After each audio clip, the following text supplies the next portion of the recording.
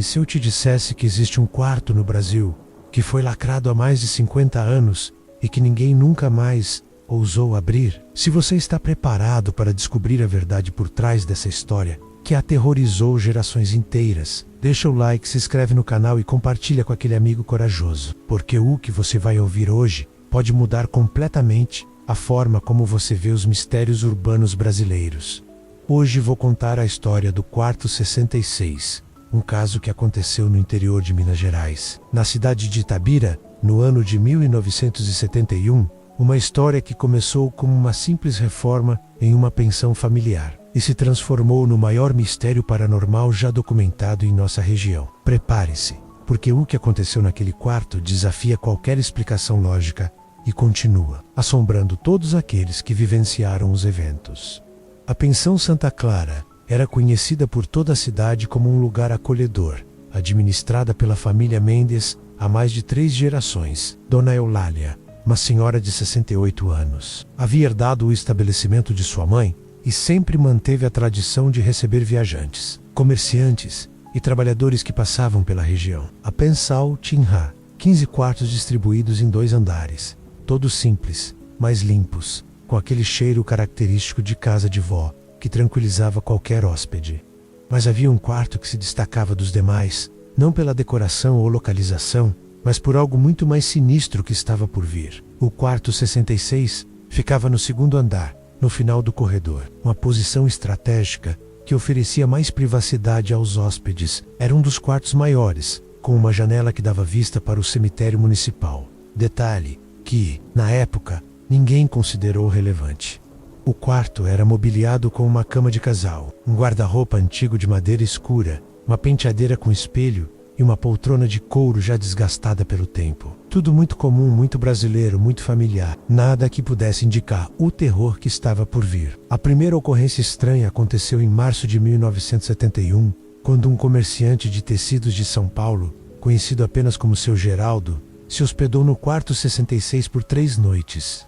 Geraldo era um homem prático, cético, daqueles que não acreditavam em bobagens como assombração. Trabalhava viajando pelo interior, vendendo tecidos para as lojas locais, e tinha o costume de se hospedar sempre nos mesmos lugares. Conhecia bem a pensão Santa Clara, e nunca havia relatado nada incomum. Na primeira noite, por volta das 2 da manhã, Geraldo foi acordado por um barulho estranho, que vinha do guarda-roupa.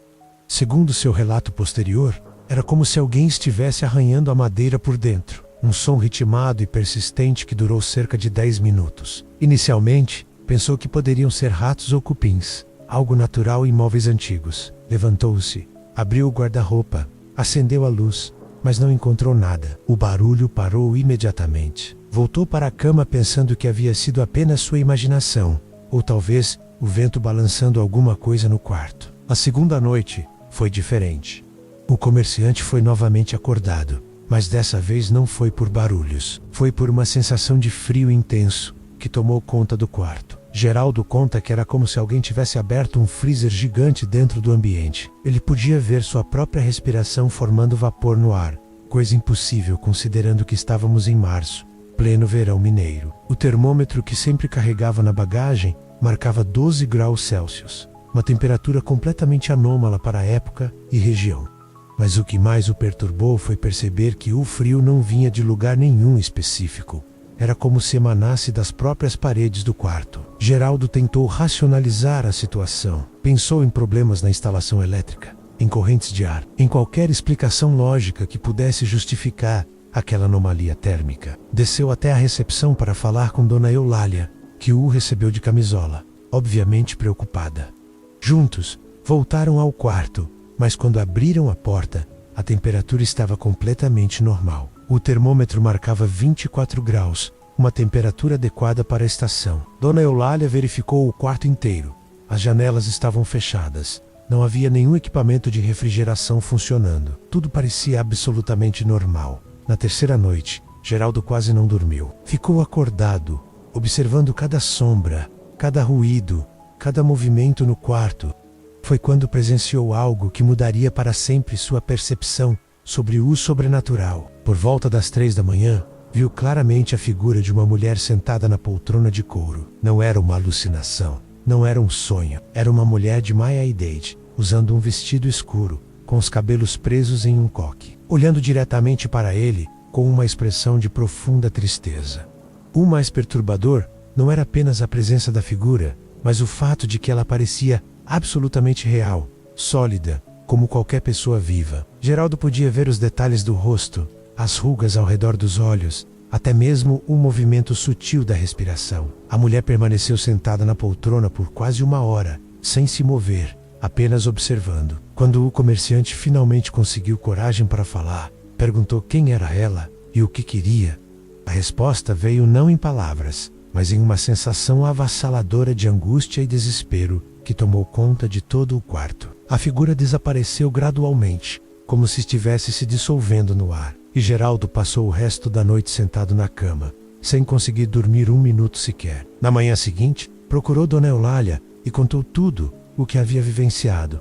A proprietária da pensão ouviu o relato com uma expressão cada vez mais preocupada, como se aquelas palavras confirmassem algo que ela já suspeitava, mas preferia ignorar. Dona Eulália revelou então que outros hóspedes já haviam relatado experiências estranhas no quarto 66, mas ela sempre atribuindo esses relatos ao cansaço da viagem, ao excesso de cachaça ou simplesmente à imaginação fértil dos viajantes. Mas o relato detalhado de Geraldo, um homem reconhecidamente cético e equilibrado, a fez repensar toda a situação. Ela decidiu que era necessário investigar mais profundamente o que estava acontecendo naquele quarto. A investigação informal começou com conversas com antigos funcionários e hóspedes regulares da pensão. Foi assim que Dona Eulália descobriu que o quarto 66 tinha uma história muito mais sombria do que ela imaginava. Em 1952, uma mulher chamada Conceição Aparecida dos Santos havia se hospedado naquele quarto por 1 semana. Conceição era de Belo Horizonte e havia vindo a Itabira procurar notícias de seu marido, um mineiro que havia desaparecido misteriosamente depois de deixar o emprego na Vale do Rio Doce. Conceição passou 7 dias percorrendo a cidade, visitando hospitais, delegacias, conversando com colegas de trabalho do marido, mas não conseguiu descobrir nenhuma pista sobre o paradeiro dele. Na última noite de sua estadia, uma quinta-feira chuvosa de junho, Conceição foi encontrada morta no quarto 66. A causa oficial da morte foi determinada como parada cardíaca, mas as circunstâncias eram estranhas. Ela estava sentada na poltrona de couro, vestida com seu melhor vestido escuro, com os cabelos cuidadosamente penteados em um coque, como se estivesse se preparando para um evento especial. O que mais intrigou as autoridades na época foi o fato de que Conceição não tinha histórico de problemas cardíacos. Ela era uma mulher saudável, de apenas 42 anos, sem nenhuma condição médica conhecida que pudesse justificar uma morte súbita. Além disso, uma carta foi encontrada em sua bolsa, uma carta nunca enviada e endereçada ao marido desaparecido. Na carta, Conceição escrevia sobre sua decisão de esperar por ele até o fim dos tempos, mesmo que isso significasse nunca mais sair daquele lugar. A carta terminava com uma frase que gelou o sangue de todos que a leram. Meu amor, se não consigo te encontrar nesta vida, vou esperar por você na próxima, e nada nem ninguém vai me tirar deste lugar até que possamos estar juntos novamente. Essas palavras, escritas com uma caligrafia trêmula, mas determinada, ganharam um significado muito mais sinistro à luz dos eventos subsequentes no quarto 66. Após descobrir essa história, Dona Eulália começou a conectar os pontos entre a morte de Conceição e as experiências paranormais relatadas pelos hóspedes. A descrição da figura feminina feita por Geraldo correspondia exatamente às características físicas de Conceição. Mulher de meia-idade, vestido escuro, cabelos presos em coque, expressão de profunda tristeza. Parecia que o espírito de Conceição realmente havia permanecido no quarto, cumprindo a promessa feita na carta nunca enviada. Dona Eulália decidiu temporariamente tirar o quarto 66 de operação, enquanto tentava entender melhor a situação. Mas a natureza prática de uma mulher que administrava um negócio familiar a fez reconsiderar rapidamente essa decisão. A pensão dependia da receita de todos os quartos para manter-se funcionando, e deixar um dos maiores quartos fechado significaria uma perda financeira considerável. Ela optou por uma abordagem diferente. Passou a selecionar cuidadosamente os hóspedes que ficariam no quarto 66, escolhendo pessoas que pareciam mais preparadas para lidar com possíveis experiências incomuns.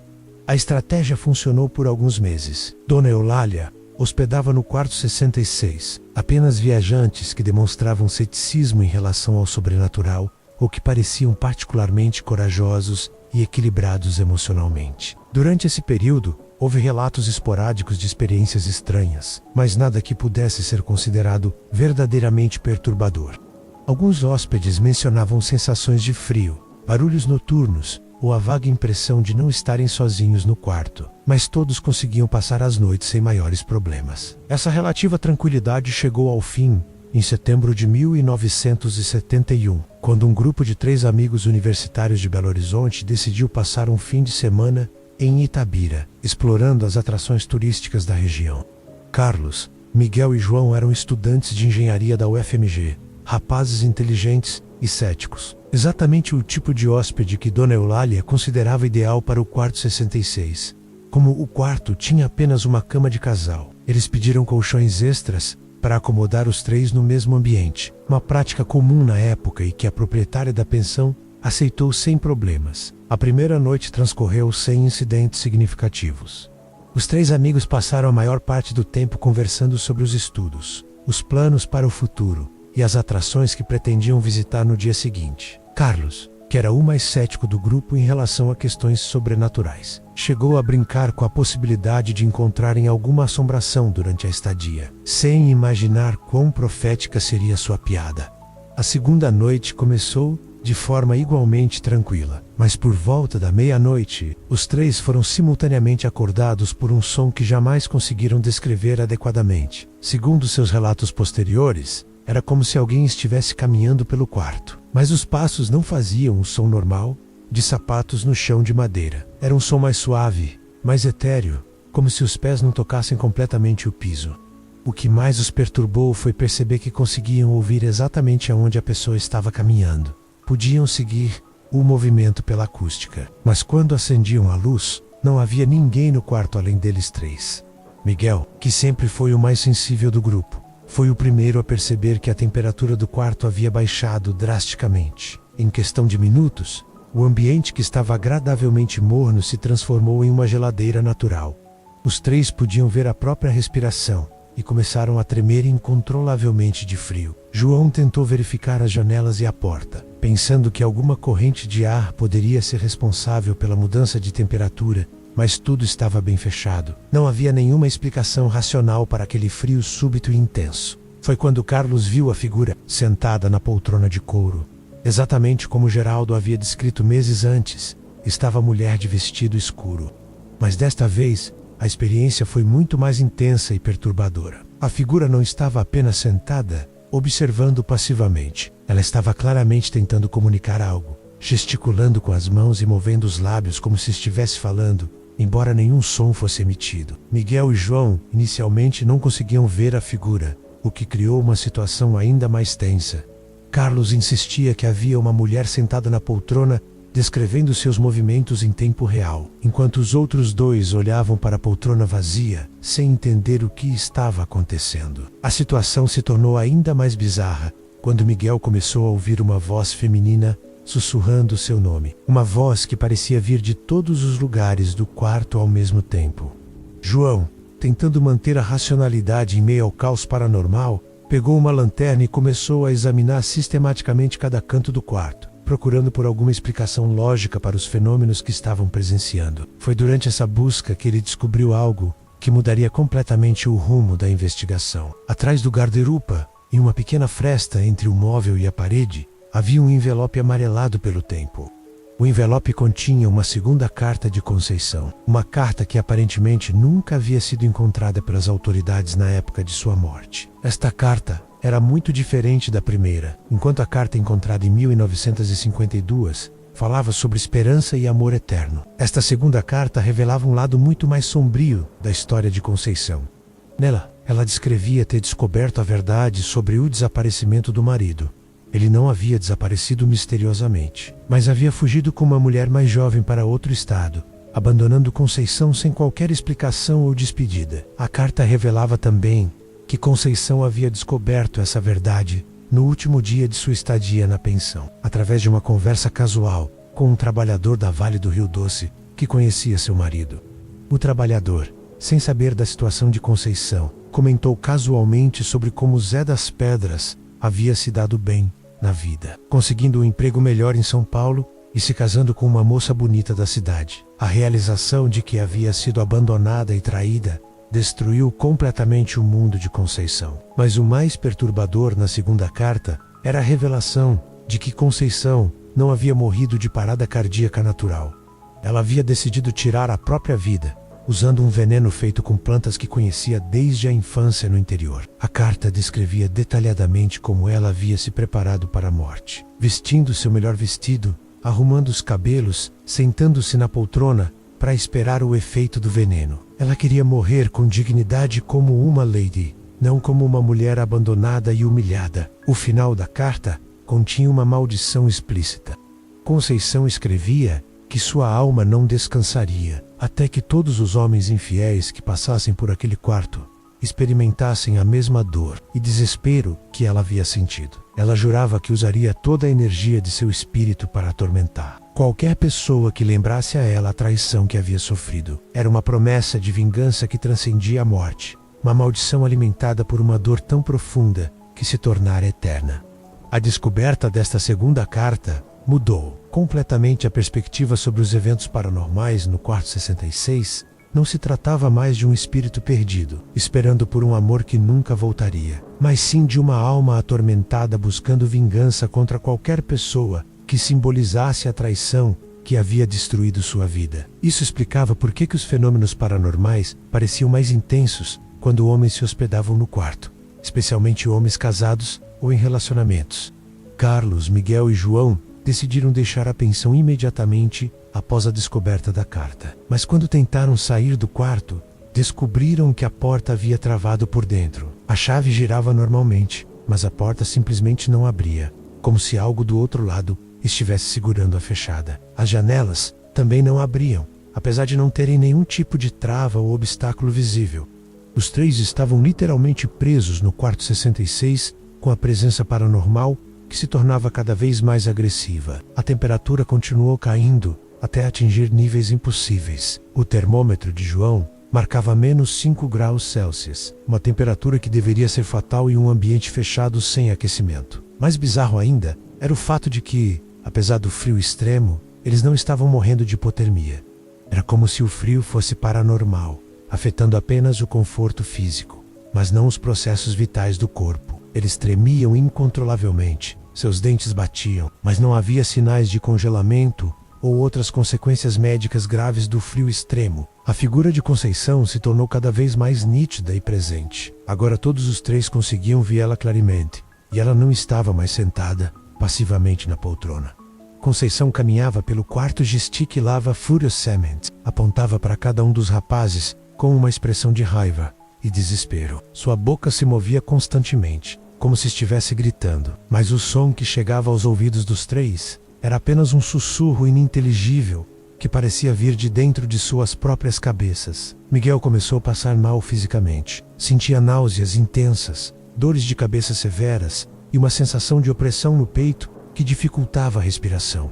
João relatou posteriormente que era como se uma força invisível estivesse pressionando seu peito, tentando expulsar o ar de seus pulmões. Carlos, por sua vez, começou a ter visões perturbadoras, imagens de traição, abandono e morte que não faziam parte de sua própria experiência de vida, como se estivesse vendo as memórias de Conceição diretamente em sua mente. A situação se tornou ainda mais desesperadora quando os objetos do quarto começaram a se mover sozinhos. O espelho da penteadeira rachou em uma linha perfeita no meio, dividindo o reflexo dos três rapazes ao meio. As gavetas do guarda-roupa se abriram e fecharam repetidamente, criando um barulho ritmado e ensurdecedor. A poltrona de couro onde Conceição estava sentada começou a balançar violentamente, como se uma força invisível estivesse sacudindo-a com raiva. Foi Miguel quem teve a ideia de tentar comunicar-se diretamente com Conceição. Usando toda a coragem que conseguiu reunir, ele se dirigiu à figura e perguntou o que ela queria deles. A resposta não veio em palavras, mas em uma explosão de emoções tão intensa que os três sentiram fisicamente a dor emocional de Conceição. Era como se toda a angústia, raiva, desespero e solidão da mulher tivessem sido transferidos para eles em um único momento avassalador. Através dessa conexão emocional, os três conseguiram entender que Conceição não queria apenas atormentá-los gratuitamente. Ela queria que sua história fosse conhecida, que a verdade sobre sua morte fosse revelada e, principalmente, que outros não sofressem o mesmo abandono e traição que ela havia experimentado. Sua raiva não era direcionada especificamente a Carlos, Miguel e João, mas sim ao que eles representavam, homens jovens que poderiam no futuro causar a mesma dor que ela havia sofrido. João, que sempre teve facilidade para negociação, tentou estabelecer um diálogo com Conceição. Prometeu que contariam sua história, que garantiriam que sua morte não fosse esquecida e que usariam sua experiência para alertar outros sobre as consequências da infidelidade e do abandono. Foi um momento surreal. 3 estudantes de engenharia negociando com o espírito de uma mulher morta há quase 20 anos, tentando encontrar uma solução que trouxesse paz para todos os envolvidos. Gradualmente, a presença paranormal começou a diminuir de intensidade. A temperatura do quarto subiu lentamente até voltar ao normal. Os objetos pararam de se mover sozinhos. A figura de Conceição se tornou menos nítida, mazy transparent, como se estivesse perdendo força. Por fim, ela se dirigiu novamente à poltrona, sentou-se uma última vez e simplesmente desapareceu. Nesse momento, a porta do quarto se destrancou com um clique audível, sinalizando que eles estavam livres para sair. Os 3 amigos deixaram a pensão imediatamente, mas mantiveram a promessa feita a Conceição. Contaram a história para Dona Eulália, mostraram a segunda carta que haviam encontrado e sugeriram que o quarto fosse permanentemente retirado de uso. Dona Eulália, após ouvir o relato detalhado e ver o estado emocional abalado dos 3 rapazes, tomou uma decisão radical. O quarto 66 seria lacrado para sempre. A cerimônia de lacração aconteceu em outubro de 1971, com a presença de um padre local, Padre Antônio, que realizou uma cerimônia de purificação e oração pelas almas perdidas. Toda a mobília foi retirada do quarto, as janelas foram tapeadas com tijolos e a porta foi lacrada com cimento. Uma placa foi colocada na parede do corredor, explicando que o quarto estava permanentemente fechado por razões de segurança estrutural. Uma explicação oficial que escondia a verdadeira razão por trás da decisão. Mas lacrar fisicamente o quarto não significou o fim dos fenômenos paranormais na pensão Santa Clara. Os quartos adjacentes ao 66 começaram a apresentar problemas similares, embora em menor intensidade. Hóspedes relatavam sensações de frio súbito, ruídos noturnos e a impressão de não estarem sozinhos nos quartos. Era como se a energia paranormal de Conceição estivesse tentando encontrar uma nova forma de se manifestar. Agora que seu refúgio original havia sido bloqueado, a situação se tornou insustentável para Dona Eulália. A reputação da pensão começou a ser afetada pelos relatos de experiências paranormais. Viajantes regulares pararam de se hospedar no estabelecimento, preferindo procurar acomodações em outras cidades. A receita da pensão diminuiu drasticamente, forçando Dona Eulália a demitir funcionários e reduzir os serviços oferecidos. O que havia começado como uma tentativa de resolver um problema paranormal localizado, se transformou em uma crise financeira que ameaçava a sobrevivência do negócio familiar. Em dezembro de 1971, apenas 2 meses após a lacração do quarto 66, Dona Eulália tomou a decisão mais difícil de sua vida. Fechou definitivamente a pensão Santa Clara. O prédio foi vendido para uma família que pretendia transformá-lo em residência particular. Mas eles foram informados sobre a história do quarto 66 e as condições especiais que deveriam ser mantidas. O novo proprietário, Sr. Benedito, era um homem religioso que aceitou manter o quarto lacrado e realizar orações regulares pela alma de Conceição. A família de Sr. Benedito viveu na antiga pensão por quase 10 anos, sem maiores problemas. Ocasionalmente, relatavam ruídos noturnos vindos da direção do quarto lacrado, mas nada que pudesse ser considerado verdadeiramente perturbador. Era como se Conceição tivesse encontrado uma forma de coexistir pacificamente com os novos moradores, respeitando o fato de que eles conheciam sua história e honravam sua memória através das orações regulares. No entanto, em 1981, Sr. Benedito faleceu de causas naturais e sua família decidiu vender a propriedade. O novo comprador era um empresário de Belo Horizonte que desconhecia completamente a história paranormal da casa. Ele pretendia demolir o prédio antigo e construir um pequeno hotel moderno no terreno, aproveitando a localização privilegiada próxima ao centro de Itabira. As obras de demolição começaram em março de 1982, e foi então que os eventos mais perturbadores de toda a saga do Quarto 66 finalmente aconteceram. Quando os operários chegaram ao segundo andar e se depararam com a parede que bloqueava a entrada do antigo Quarto 66, estranharam a construção sólida que não constava nas plantas originais do prédio. O mestre de obras, seu Joaquim, decidiu quebrar a parede para verificar o que havia por trás dela. No momento em que os primeiros golpes de marreta atingiram o cimento que lacrava a porta, um vento gelado começou a soprar dentro da casa. Apesar de todas as janelas estarem fechadas e o dia estar completamente sem vento do lado externo, os operários relataram uma sensação imediata de mal-estar. Alguns sentiram náuseas, outros tiveram dores de cabeça súbitas, e todos perceberam uma mudança drástica na atmosfera do local. Era como se o próprio ar tivesse se tornado mais denso, mais opressivo. Seu Joaquim, um homem experiente que havia trabalhado em dezenas de demolições, nunca havia experimentado algo semelhante. Mesmo assim, decidiu prosseguir com o trabalho, atribuindo as sensações estranhas ao pó e aos produtos químicos liberados durante a quebra do cimento antigo. Quando finalmente conseguiram abrir uma brecha grande o suficiente para olhar dentro do quarto, os operários se depararam com algo completamente inesperado. Apesar de ter ficado lacrado por mais de 10 anos, o Quarto 66 estava exatamente como havia sido deixado na época da lacração. Não havia sinais de deterioração, mofo ou qualquer tipo de dano que seria natural em um ambiente fechado por tanto tempo. Mais estranho ainda, havia um cheiro no ar, não o cheiro de mofo ou umidade que seria esperado, mas um perfume floral suave, como se alguém tivesse acabado de usar o quarto.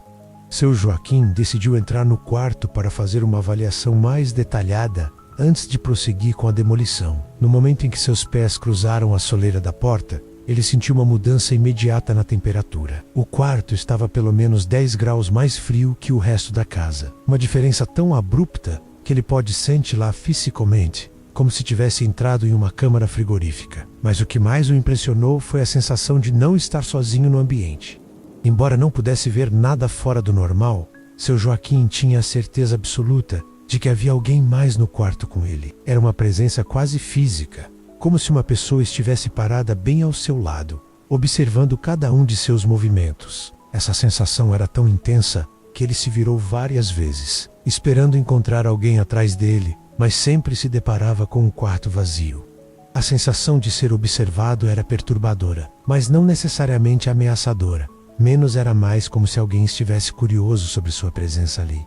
Foi quando seu Joaquim viu a poltrona, no canto do quarto, exatamente onde deveria estar de acordo com os relatos antigos. Havia uma poltrona de couro que não deveria existir. Segundo os registros, toda a mobília havia sido retirada antes da lacração do quarto. No entanto, ali estava ela, como se nunca tivesse saído do lugar. A poltrona parecia estar em perfeitas condições, sem sinais de deterioração ou danos causados pelo tempo. E havia uma impressão no assento, como se alguém tivesse acabado de se levantar dela. Seu Joaquim se aproximou da poltrona com cautela. Quando estava a cerca de 1 metro de distância, ouviu claramente uma voz feminina sussurrando seu nome. Não era uma alucinação auditiva, menos era uma voz real, clara, que parecia vir de alguém sentado na poltrona. Instintivamente, ele estendeu a mão na direção do assento e sentiu uma resistência, como se realmente houvesse uma pessoa sentada ali, uma pessoa invisível, mas fisicamente presente. O mestre de obras saiu correndo do quarto e ordenou que todos os operários parassem imediatamente o trabalho. Ele tentou explicar o que havia acontecido, mas percebeu que suas palavras soavam absurdas até para ele mesmo. Como explicar que havia encontrado móveis que não deveriam existir em um quarto lacrado há mais de 10 anos? Como descrever a sensação física de tocar uma pessoa invisível? Como convencer outros homens práticos e céticos de que havia presenciado algo genuinamente sobrenatural? A equipe de demolição se recusou a continuar trabalhando na casa após o relato de seu Joaquim. Alguns operários mais velhos conheciam vagamente a história da pensão Santa Clara e do quarto 66, e não quiseram correr o risco de se envolver com coisas de outro mundo. A notícia se espalhou rapidamente pela cidade, e em poucos dias era impossível encontrar qualquer trabalhador em Itabira disposto a aceitar o serviço de demolição daquela propriedade específica. O empresário de Belo Horizonte, inicialmente cético em relação aos relatos paranormais, decidiu investigar pessoalmente a situação. Ele viajou para Itabira acompanhado de um engenheiro civil e de um advogado, determinado a resolver o que considerava apenas um problema de superstição local que estava atrapalhando seus planos de negócio. Sua intenção era provar que não havia nada de anormal no prédio e convencer uma nova equipe de operários a continuar a demolição. Quando os 3 homens entraram no quarto 66, a experiência foi ainda mais intensa do que havia sido para seu Joaquim. O advogado, um homem completamente cético em relação ao sobrenatural, foi o primeiro a perceber que algo estava fundamentalmente errado com aquele ambiente. A temperatura estava absurdamente baixa, mas não havia nenhuma fonte física para esse frio. Mais perturbador ainda, ele podia ouvir claramente uma respiração feminina no quarto, uma respiração lenta e melancólica que parecia vir de várias direções ao mesmo tempo. O engenheiro civil tentou encontrar explicações técnicas para os fenômenos que estavam presenciando. Verificou a estrutura do prédio. Procurou por problemas na instalação elétrica ou hidráulica que pudessem causar as anomalias de temperatura, mas não encontrou nada que pudesse justificar cientificamente o que estava acontecendo. Seus instrumentos de medição mostravam leituras completamente impossíveis. A temperatura variava drasticamente em diferentes pontos do mesmo quarto, sem qualquer padrão lógico ou fonte identificável. Foi o empresário quem teve a experiência mais perturbadora de todas. Quando se aproximou da poltrona de couro, não apenas sentiu a presença física de alguém sentado ali, mas também começou a ter visões involuntárias. Imagens se formavam em sua mente sem que ele pudesse controlá-las. Uma mulher chorando, cartas sendo escritas com mãos trêmulas, a preparação meticulosa para a morte, a ingestão deliberada do veneno. As visões eram tão vívidas e detalhadas que ele sentia como se estivesse vivenciando as últimas horas de vida de Conceição em primeira pessoa. As visões incluíam também informações que o empresário não poderia conhecer. Ele viu detalhes específicos sobre a vida de Conceição, sobre seu relacionamento com o marido, sobre a descoberta da traição, sobre os preparativos para o suicídio. Mais tarde, quando essas informações foram verificadas com moradores antigos da cidade e com registros históricos, todas se mostraram precisas. Era como se a própria Conceição estivesse transmitindo suas memórias diretamente para a mente dele. A experiência culminou quando o empresário viu através dos olhos de Conceição o momento exato de sua morte. Ele sentiu fisicamente a amargura do veneno, a gradual perda dos sentidos, o último olhar no espelho da penteadeira, a decisão final de sentar-se na poltrona para esperar o fim. Mas o mais aterrorizante foi sentir também a emoção predominante naquele momento. Não era tristeza ou desespero, mas uma raiva tão pura e intensa que parecia capaz de transcender a própria morte. Os 3 homens saíram correndo do quarto em pânico total. O advogado, que havia entrado no prédio zombando das superstições locais, agora tremia incontrolavelmente e se recusava a voltar ao 2º andar. O engenheiro, acostumado a lidar com fatos e evidências concretas, não conseguia processar racionalmente o que havia presenciado. O empresário, por sua vez, cancelou imediatamente todos os planos de demolição e colocou a propriedade à venda pelo primeiro preço que aparecesse. Mas vender a propriedade se mostrou uma tarefa impossível. A história do quarto 66 já era conhecida em toda a região, e nenhum comprador local demonstrava interesse em adquirir um imóvel com problemas paranormais. Compradores de outras cidades, quando ficavam sabendo da história, imediatamente perdiam o interesse. O empresário se viu preso a uma propriedade que não podia usar, não podia demolir e não conseguia vender. A solução veio de uma fonte inesperada: a Diocese de Itabira.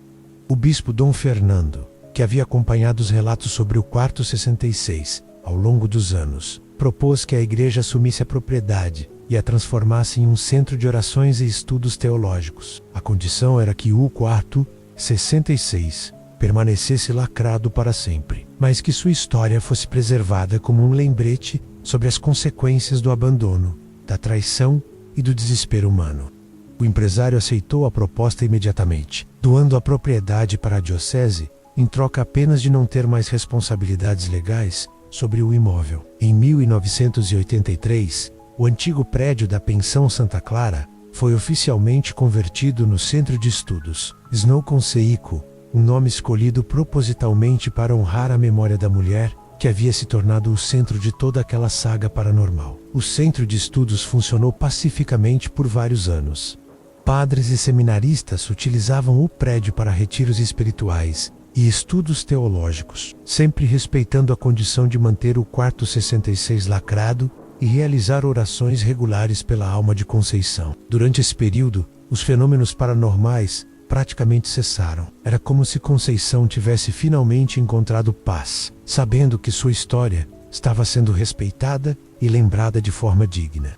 Mas essa tranquilidade durou apenas até 1995, quando um grupo de estudantes de teologia decidiu investigar pessoalmente a história do quarto 66. Eles haviam lido sobre o caso em arquivos históricos da diocese e queriam conduzir uma investigação científica dos fenômenos paranormais, usando equipamentos modernos de gravação e medição. O projeto foi aprovado pelo reitor do centro, que considerou a iniciativa uma forma válida de estudo sobre a intersecção entre fé e fenômenos inexplicados. A investigação começou de forma metódica e científica. Os estudantes instalaram câmeras de vídeo, gravadores de áudio, termômetros digitais e outros equipamentos de monitoramento na área próxima ao quarto 66. Durante as primeiras semanas, os instrumentos registraram apenas pequenas anomalias, flutuações inexplicáveis de temperatura, ruídos de baixa frequência e interferências eletromagnéticas sem fonte identificável. Encorajados pelos resultados iniciais, os estudantes decidiram dar um passo mais ousado, abrir uma pequena abertura na parede que lacrava o quarto, apenas o suficiente para inserir uma câmera e alguns sensores dentro do ambiente. Eles argumentavam que essa seria a única forma de obter dados científicos realmente conclusivos sobre os fenômenos relatados ao longo dos anos. A abertura foi feita em uma noite de lua nova de outubro de 1995. No momento em que o primeiro tijolo foi removido da parede, todos os equipamentos de monitoramento começaram a registrar atividade anômala, intensa. As temperaturas caíram drasticamente. Os gravadores captaram vozes sussurrantes em frequências quase inaudíveis. E as câmeras registraram movimentos de sombras que não correspondiam a nenhum objeto físico presente no ambiente. Mas foi quando inseriram a primeira câmera dentro do quarto que os eventos realmente se tornaram aterrorizantes. As imagens transmitidas mostravam o interior do quarto exatamente como havia sido descrito nos relatos históricos. A poltrona de couro no canto, uma sensação visual de que o ambiente estava habitado, e mais perturbador de tudo, uma figura feminina parcialmente visível nas gravações. Conceição não aparecia completamente nas imagens, era mais como se ela existisse em uma frequência visual ligeiramente diferente da realidade física, criando uma sobreposição fantasmagórica nas gravações. Os equipamentos de áudio captaram algo ainda mais perturbador. Uma voz feminina repetindo incessantemente as últimas palavras escritas em sua segunda carta, a maldição contra homens infiéis. As gravações mostravam claramente que a voz não estava sendo produzida por nenhuma fonte física no ambiente, ela simplesmente materializava no ar, como se as próprias moléculas do quarto estivessem vibrando para formar as palavras.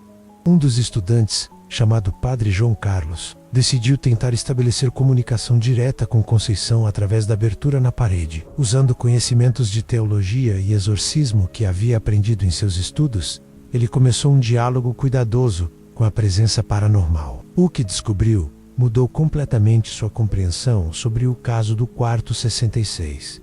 Conceição não estava presa no quarto, por não conseguir seguir para a luz, ou por ter negócios pendentes na terra. Como sugerem as teorias tradicionais sobre fantasmas, ela estava ali por escolha deliberada, alimentando sua raiva e desejo de vingança através da energia emocional de todas as pessoas que haviam passado pelo quarto ao longo dos anos. Cada experiência de medo, cada momento de terror vivenciado pelos hóspedes, havia fortalecido sua presença paranormal, permitindo que ela mantivesse sua existência na dimensão física. Mais perturbador ainda, Conceição revelou que sua influência não estava limitada ao quarto 66. Ao longo dos anos, ela havia aprendido a projetar sua energia para outros locais, afetando relacionamentos e causando separações em toda a região de Itabira. Sua maldição havia se tornado uma força ativa no mundo, não apenas uma ameaça passiva para quem se hospedava no quarto assombrado. Padre João Carlos percebeu que estava lidando com algo muito mais complexo e perigoso do que um simples caso de assombração. Conceição havia se tornado uma entidade paranormal alimentada pelo ódio e pelo desejo de vingança, capaz de influenciar eventos no mundo físico muito além dos limites do quarto onde havia morrido. Ela era, essencialmente, um espírito vingativo que havia aprendido a usar sua dor como uma arma contra os vivos. A descoberta levou a uma decisão radical por parte da diocese. Um exorcismo completo foi planejado para o final de 1995, não apenas para libertar Conceição, mas para quebrar definitivamente a conexão paranormal que ela havia estabelecido com o mundo físico. O ritual seria conduzido pelo próprio bispo Dom Fernando, auxiliado por padres especialistas em casos paranormais vindos de outras dioceses. A preparação para o exorcismo revelou detalhes ainda mais perturbadores sobre o poder que Conceição havia desenvolvido ao longo dos anos. Investigações conduzidas pela diocese mostraram uma correlação estatística impossível de ignorar entre a proximidade geográfica ao antigo quarto 66 e a incidência de separações conjugais na região.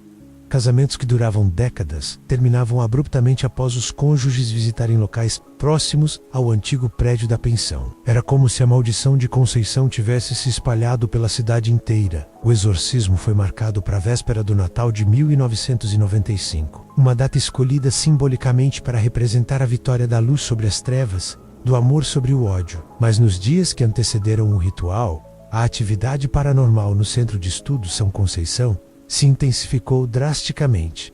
Era como se Conceição percebesse que sua existência estava sendo ameaçada e estivesse mobilizando toda a sua energia para resistir ao exorcismo. Os fenômenos não se limitavam mais ao segundo andar do prédio. Todo o centro começou a experimentar atividade paranormal intensa. Objetos se movendo sozinhos, temperaturas flutuando selvagemente, vozes sussurrantes ecoando pelos corredores. Mais preocupante ainda, várias pessoas na cidade começaram a relatar pesadelos vividos envolvendo uma mulher de vestido escuro que as ameaçava e amaldiçoava. Conceição estava claramente expandindo sua influência em uma última tentativa desesperada de manter seu poder. Na noite do exorcismo, um grupo de 12 padres se reuniu no Centro de Estudos São Conceição para conduzir o ritual mais complexo e perigoso que a diocese de Itabira já havia enfrentado. O bispo Dom Fernando liderava a cerimônia, cercado por especialistas em casos paranormais que haviam vindo de dioceses de todo o Brasil. Eles sabiam que não estavam enfrentando um simples caso de alma perdida, mas uma entidade que havia se tornado genuinamente poderosa e malévola ao longo de décadas de ódio acumulado. O ritual começou à meia-noite, na sala que ficava diretamente abaixo do quarto 66. Os padres formaram um círculo de oração e começaram as invocações tradicionais de exorcismo. Mas desde os primeiros minutos ficou claro que Conceição não se submeteria facilmente. A temperatura do prédio inteiro caiu para níveis impossíveis, e todos os presentes podiam ouvir claramente a voz furiosa de Conceição ecoando pelas paredes, rejeitando as orações e prometendo vingança contra todos os participantes do ritual. Durante 3 horas, a batalha espiritual se intensificou progressivamente.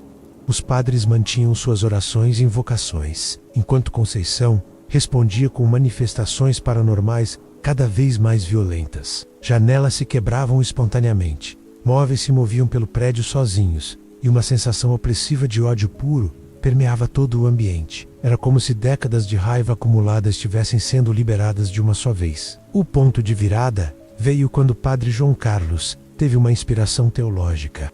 Em vez do tentar expulsar Conceição ou forçá-la a seguir para a luz, ele começou a orar especificamente pela dor que havia causado sua transformação em uma entidade vingativa. Ele rezou pela traição que ela havia sofrido, pela solidão de seus últimos dias, pelo desespero que a havia levado ao suicídio. Era uma abordagem radicalmente diferente. Em vez de combater o ódio, ele estava oferecendo compaixão pela dor que havia gerado esse ódio. A mudança foi imediata e dramática. A atividade paranormal violenta cessou abruptamente, substituída por uma sensação de tristeza profunda que tomou conta de todo o prédio. Pela primeira vez em décadas, Conceição não estava manifestando raiva, mas sim a dor original que havia sido a fonte de toda a sua transformação paranormal. Era como se as orações de compaixão tivessem tocado a parte humana que ainda existia dentro da entidade vingativa.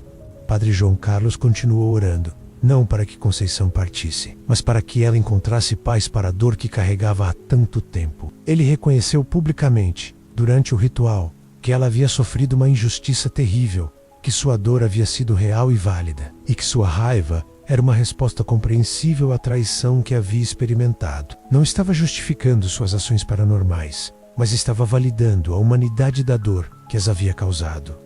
Gradualmente, a presença de Conceição começou a se transformar. A sensação opressiva de ódio foi substituída por algo muito mais complexo. Uma mistura de tristeza, alívio e, finalmente, gratidão. Era como se ela estivesse sendo vista e compreendida como ser humano pela primeira vez desde sua morte. Sua história não estava sendo julgada ou combatida, mas reconhecida e honrada, mesmo em sua manifestação mais sombria. O exorcismo terminou de uma forma completamente inesperada. Em vez de uma expulsão dramática, houve uma despedida. Conceição se manifestou uma última vez, não como uma entidade furiosa, mas como uma mulher triste e ferida que havia sido em vida. Através de Padre João Carlos, que serviu como intermediário, ela expressou gratidão por finalmente ter sua dor reconhecida e compreendida. Ela prometeu que não mais usaria sua raiva para prejudicar os vivos, pois havia finalmente encontrado alguém que entendia sua história.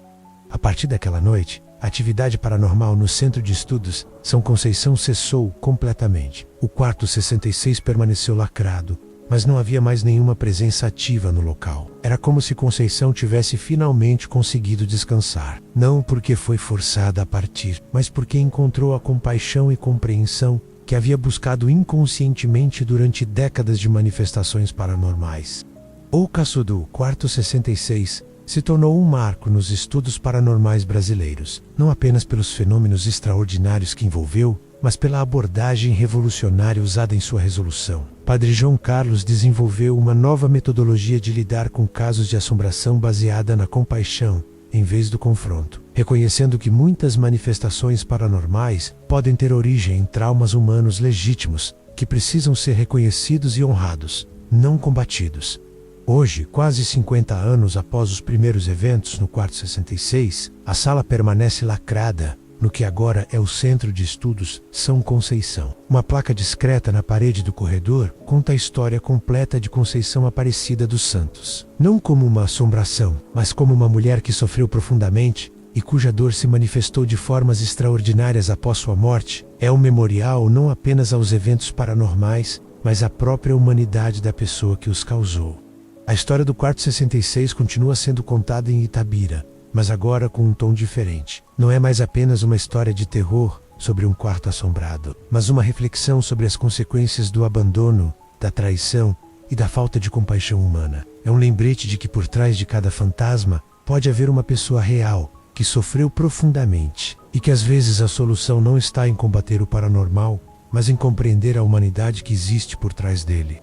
E assim, o quarto 66 permanece lacrado para sempre, não mais como uma prisão para um espírito vingativo, mas como um memorial para uma mulher que amou profundamente, foi traída cruelmente e encontrou a paz apenas quando sua dor foi finalmente reconhecida e compreendida. É uma história que nos lembra que mesmo nos casos mais extraordinários de atividade paranormal, a compaixão pode ser mais poderosa que o medo e que reconhecer a humanidade dos outros, menos mesmo após a morte, pode trazer cura onde pareceria impossível.